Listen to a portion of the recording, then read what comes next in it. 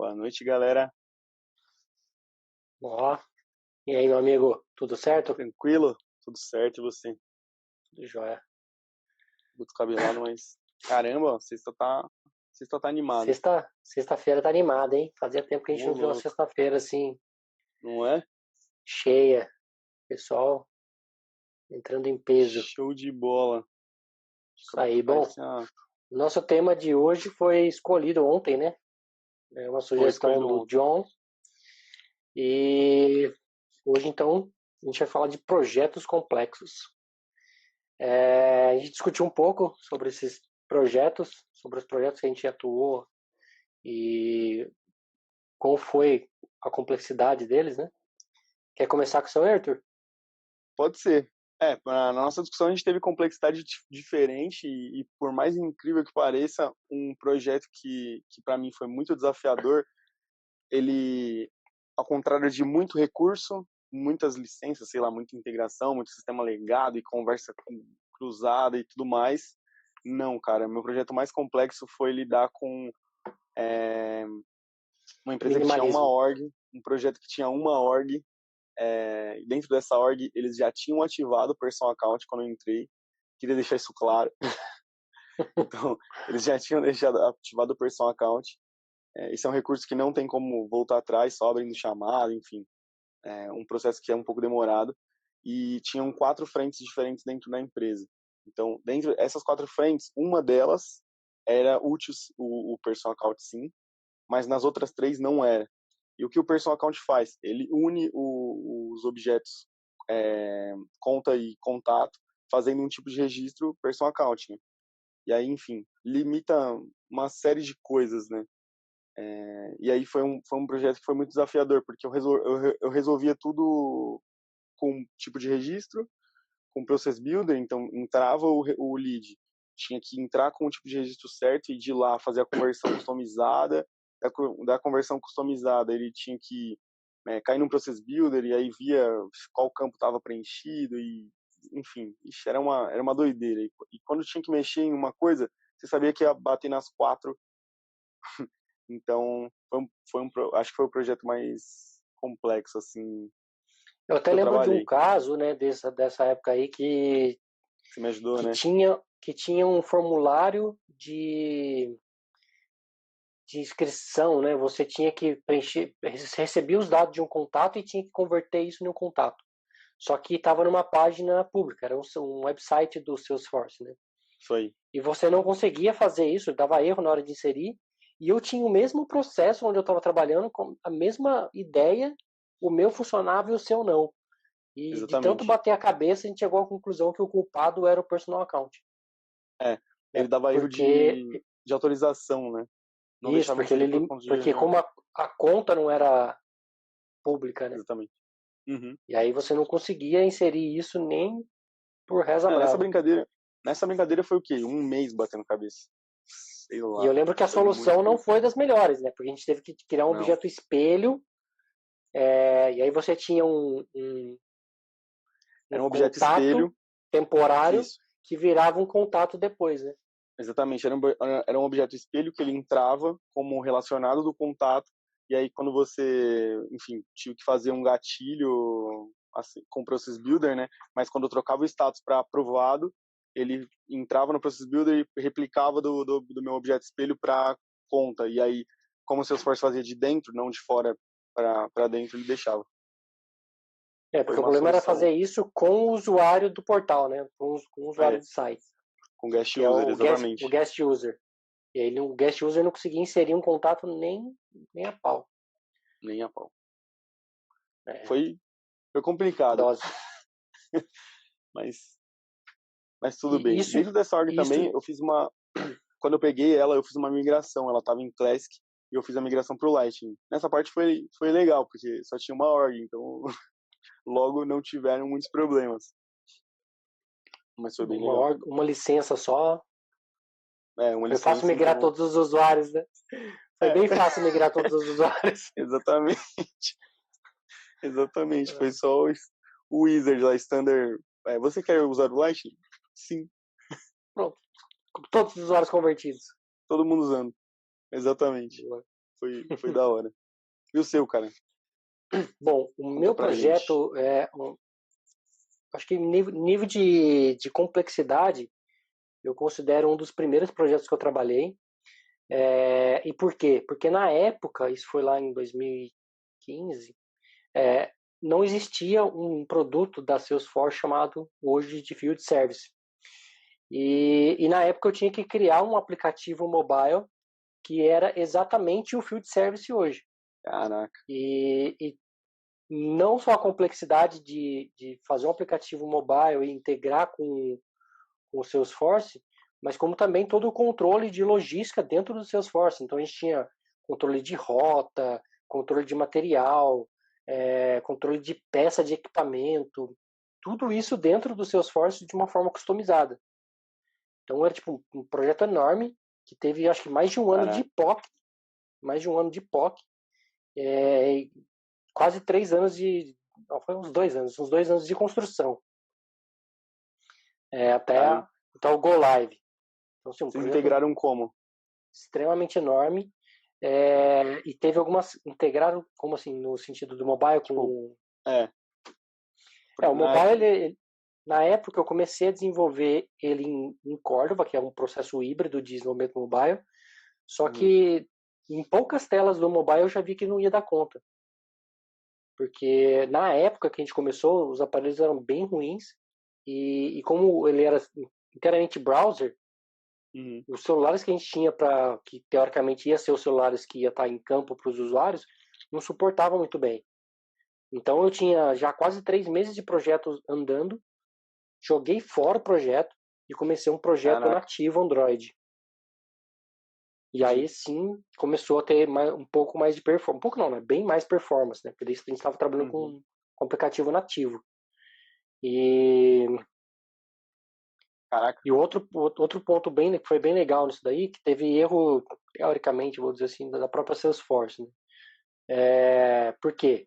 Porque eles começaram um projeto e eles perguntaram para a Salesforce, olha, a gente quer que os dados, a gente exige que os dados sejam criptografados. Então, tinha um set de dados que tinham que ser criptografados. E a Salesforce recomendou na época um parceiro dele chamado Cypher, desculpa. A Cypher Cloud. Então a Cypher, ela tem toda uma engenhoca que você tem que ter um servidor específico dentro da sua organização que vai fazer meio que o encriptar e decriptar o dado. E então você tinha que todo o dado que saía do Salesforce passava por esse cara e voltava para o Salesforce para poder exibir para o usuário. Você imagina como que era isso.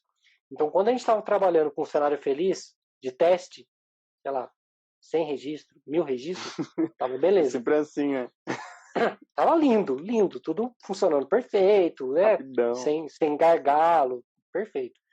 A hora que o cliente pegou e colocou 50 mil registros, já era. No primeiro Go Live que eles fizeram de uma unidade, eles já viram que não ia dar certo. Putz, e aí, de novo, chama a Salesforce. Go Live, né? Esse que é chama a Salesforce e fala, olha, aí, não tá dando conta, como é que a gente faz? Aí a Salesforce recomendou trocar para um outro produto, que é o Shield. Né? Então teve todo um processo de migração do Cypher para o Shield, e aí você tem que pegar todos os dados que está lá criptografado, descriptografar, você tem que exportar esse dado, importar de novo, e aí depois fazer todo o processo de encrypt de novo. Então, assim, foi uma trabalheira enorme, né, cara? Caramba. Na época, assim, qual foi o ano? 2015, 2014? Eu comecei em 2015, e o projeto foi para o ar lá em final de 2016, começo de 2017. Aqui no Brasil ainda não era, assim, já estava com um crescimento acelerado, mas ainda não era, tipo, tinha-se informação em muitos lugares, assim, que nem hoje. Não, porque por exemplo, nessa época, o Shield ainda não era um produto da Salesforce, né? E a Salesforce que recomendou o Cypher Cloud. E, teoricamente, eles não tinham problema com essa grande quantidade de volume, né? Achei até estranho esbarrar nisso e a coisa acabar não funcionando. Mas você tem uma série de limitadores aí, porque você está dentro de uma infra, né? Você está encriptando e decriptando fora da rede da Salesforce. Então você vai ter, inevitavelmente, você vai ter um gargalo de infra aí, né? Você está trafegando dado para um lado para o outro para poder fazer o encrypt e decrypt, né? Sim. Então isso foi meio que uma falha do projeto como um todo, né? Show de bola. E depois, na verdade, o Field Service foi sair no meados de 2017, se eu não me engano. E na época o cliente não quis fazer essa migração para o Field Service, que é, lógico, imagina, né?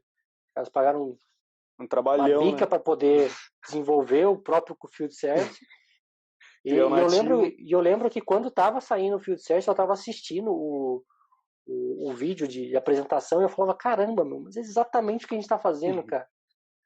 Os caras mostrando as telas, roteirização, e o cara no mapinha, e vendo o cara no mapa, aonde o cara tinha passado, exatamente o que a gente tinha construído. Eu falei, meu bobo do outro lado, né, cara?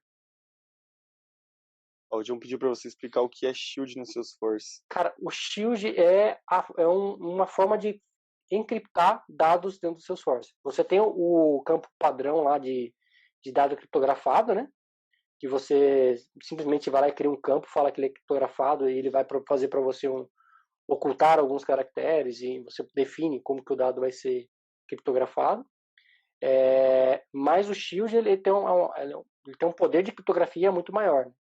Ele te dá uma chave pública para você poder fazer esse controle aí.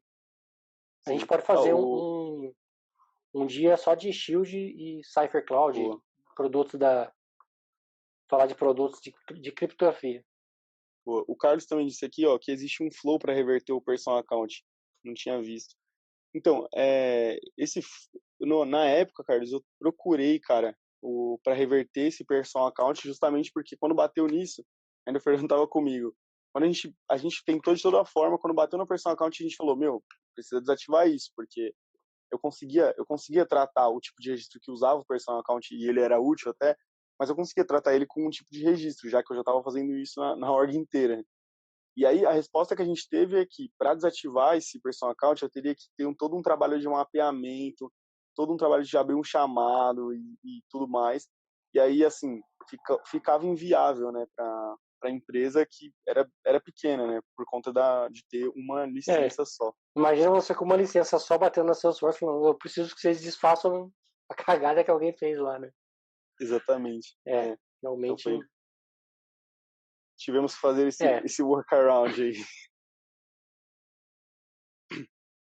Mas é isso. Hoje, cara, legal, cara. Se puder compartilhar com a gente, eu agradeço. Show de bola. Show de bola. Hoje em dia, eu tenho algumas demandas que são complexas, né? O que eu assim, para mim as mais complexas, que quando você olha e vê que tá difícil, por exemplo, hoje mesmo, que eu cheguei na calagem de integração e você via que estava fazendo todas as integrações em um lugar só, tipo, mapeando tudo em uma classe só e aquele código e uma integração completamente fora de qualquer padrão.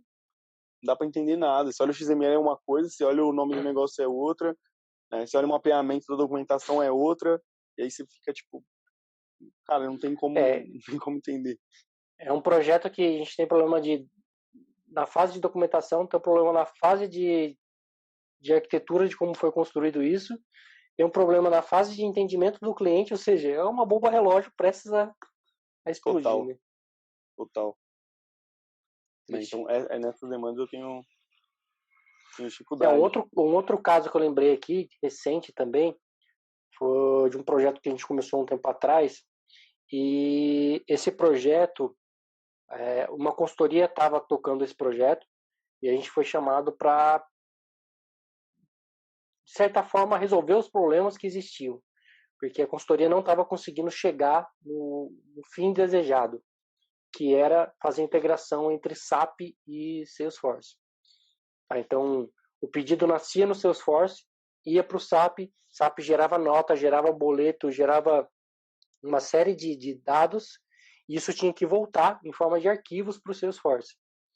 E até esse meio do caminho estava funcionando. E o cliente falava, não, tá tudo tranquilo, tá tudo funcionando, só não vem esses dados de volta. Só não vem esses dados de volta. Quando a gente começou a olhar a classe, começou a olhar o código, começou a entender o negócio, a gente viu que era um rombo enorme, entendeu? O projeto que a gente tinha estimado em um mês levou quase 2. Isso por quê? Porque a gente estava com uma semana de atraso, na verdade, para finalizar o projeto. A gente descobriu que a forma de integração que eles tinham criado para trazer nota, boleto e XML da nota fiscal do SAP para o Salesforce não suportava os limites do Salesforce. Então aí a gente bateu no limite do Salesforce. O Salesforce tem um limite de comunicação HTTP de 12 megabytes. E quando eu tinha um pedido que tinha, sei lá, 5 boletos, 2 notas fiscais e 2 XMLs, eu não conseguia trazer esse dado do SAP para o Salesforce. Aí a gente teve que fazer o quê? Parar, redesenhar toda essa comunicação, refazer a comunicação, e aí já se foi já pelo menos mais 15 dias do projeto que não estava. A gente estava com uma semana de atraso, mais 15 dias novos por conta dessa demanda. Já virou um bololô, né? Mais um mês. 12. 12 megas. 12. E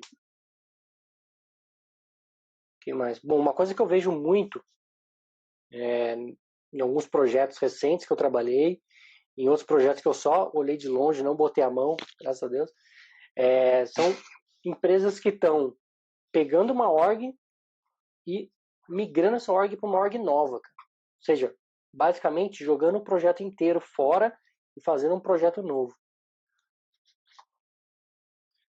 Eu acho que essa... Não, até aí tudo bem, né? O problema que eu tenho visto é que tem esses projetos novos já estão começando a ter os mesmos problemas que eles tinham nos velhos. E aí, onde tá o problema como um todo? Aí fica a pergunta que não quer calar. Não adianta, que a galera pensa, e muitas vezes é verdade, né? A gente pode citar, por exemplo, umas coisas que a gente vê no dia a dia. A gente vê orgs que tem 4 triggers para um objeto. Isso com certeza deveria ser arrumado. E aí o que as pessoas pensam é que, pô, vamos fazer um projeto de migração para organizar e jogar fora o que a gente não está usando, só que o que está usando deixa. E muitas vezes vai o que estava errado também, ao invés de fazer um entendimento geral e corrigir. Então, o que acontece é que eles fazem a migração sem fazer a arquitetura, sem fazer o entendimento, sem fazer testes, enfim. E aí, quando chega lá no fim da migração, vai chegando no fim, começa a estourar os mesmos erros e não sabe por quê. E aí, de novo, aquele retrabalho de entendimento e tudo mais. É bem por aí. É triste. Estão surgindo aqui sugestões de temas, eu anotei aqui. Eu não sei se você estava aqui ontem, mas ontem a gente fez um pacto aqui com os nossos amigos online, que foi o seguinte: na quinta-feira a gente vai abrir para vocês definir o tema da sexta-feira. Então, assim como esse tema hoje foi sugerido por vocês, a nossa ideia é que toda quinta-feira vocês sugiram temas para a gente discutir na sexta. Beleza? Então, durante a semana a gente vai tentar trazer um tema de admin, um de dev e um de carreira. E aí na sexta-feira a gente discute o tema que vocês abordarem aí, sugerirem. Beleza? Show de bola. Show de bola. Bom, o que mais que a gente tem? Acho que a gente pode já ir concluindo, né? Acho que de todos os projetos o que é complexo, enfim, como eu disse, muitas vezes eu acho que a complexidade do projeto não vai, lógico, tem soluções que você fala, caramba, uma solução que tem que ser gênio. Só que se for bem feita, não vira um projeto complexo, ele vira um projeto assim de fácil entendimento, tal, até para dar manutenção fica tranquilo. O problema é quando dentro desse projeto existem pessoas e aí a gente volta para uma falha que é complicada, que não se comunicam como devia. Então, Uhum. eu acredito que um dos motivos de projetos serem complexos é justamente a dificuldade de lidar com as pessoas que estão envolvidas no projeto. É, Acho que a tem gente tem casos vários. de pessoas que não se comunicam, tem casos de pessoas que não sabem se comunicar, né? Tem casos que Sim, deixam de pessoas que querem se comunicar na hora errada, né? A gente tem sim, casos de planning que o cliente fica 2 horas discutindo regras de negócio numa planning, né? Onde qualquer um que trabalha com projeto sabe que a planning é para discutir sobre o projeto e não sobre lições que deveriam ter sido tomadas antes, né? Ah, a gente vai exatamente. fazer verde ou vai fazer azul? Pessoal, agora não é hora de discutir se vai ser verde ou azul, né? Vocês não sabem nem o que vocês querem. É isso aí. E aí é o problema de pessoas, né? Sim. Mas de modo geral, eu acho que eu ia colocar um outro ponto, mas que também acaba sendo de pessoas. Esse último projeto que eu citei, de integração de SAP e Salesforce, um dos maiores problemas da integração como um todo era código mal feito. Uhum. Então, deram um projeto de extrema importância e eu diria de média complexidade na mão de uma única pessoa e que não tinha o know-how necessário para aquilo, entendeu? Então, óbvio, não estava na empresa, não sei como é que era, eu tô considerando que era uma pessoa por conta de todo o código que eu li, documentário que tinha lá. Então, várias partes do código tinham o nome do ser humano que fez aquele código. Uhum. E o que a gente percebia, o que eu percebia olhando aquele código, era que faltava alguém sênior dentro do projeto, né? A gente falou muito disso ontem, né? Entre o que um júnior, um pleno, um sênior faz, Sim, e, nossa, é. e vai muito de encontro disso, porque era um projeto que tinha seus graus de complexidade, mas que acabou tudo ficando na mão de um júnior. Então você tinha trechos de código que você olhava e falava, não é possível que a pessoa fez isso, né? Um select dentro de um for, é, é, coisas do tipo, entendeu? Um select na base inteira, ó, esse é um caso crítico. Ele fazia um Esse é um select caso complexo. na base inteira, um select na base inteira, e aí ele recebia os dados do SAP, aí ele pegava os dados do SAP e comparava com os dados que ele tinha do Salesforce para saber qual dado ele tinha que atualizar, qual dado ele tinha que inserir. Se eu estiver falando de 100 registros na minha base Salesforce, ok. Mas era o select em account. E aí? É, uma hora ia dar Hoje eu ruim tenho mesmo. 100, amanhã eu tenho 200, amanhã eu tenho 5.000. Uma hora você estoura o limite e não consegue sequer fazer a consulta dos dados. Exatamente. Um problema que a gente resolveu com uma chave externa. Uma chave externa que vinha do outro lado resolveu todo o problema. Então faltava o quê? Nesse projeto faltou um pouco de maturidade de entendimento de código, de boas práticas e tudo mais, né? Exatamente, Alf. Um upsert, cara. Um upsert é a solução. Já era. E, e é comum a gente ver isso em projetos, né? Provavelmente vocês devem passar por algo do tipo também. De pegar aquela coisa que você fala, meu, como que alguém conseguiu pensar nisso, né? É uma Sim, solução tão estranha que você estranha de olhar aquela solução, né? exatamente. É, cara, acho que projetos complexos a gente sempre vai ter, e é como eu disse, muitas vezes não é nem pela solução que é muito complexa, mas por conta da falta de organização das pessoas, muitas vezes. É, Acaba virando um projeto complexo. exato. Que Bem isso mais? mesmo. Bom, acho que é É isso, isso né? aí? Acho que a gente abordou as nossas ideias de projetos complexos, o que a gente passou. Fala aí, John, você respondeu um pouco do que você imaginava É, e depois eu quero ouvir de vocês aí, me mande aí no. isso Isso é aí, cara. igual o maior desafio, é isso mesmo, cara. Depois eu queria que vocês me mandassem aí no privado, no direct, projetos que vocês sofreram.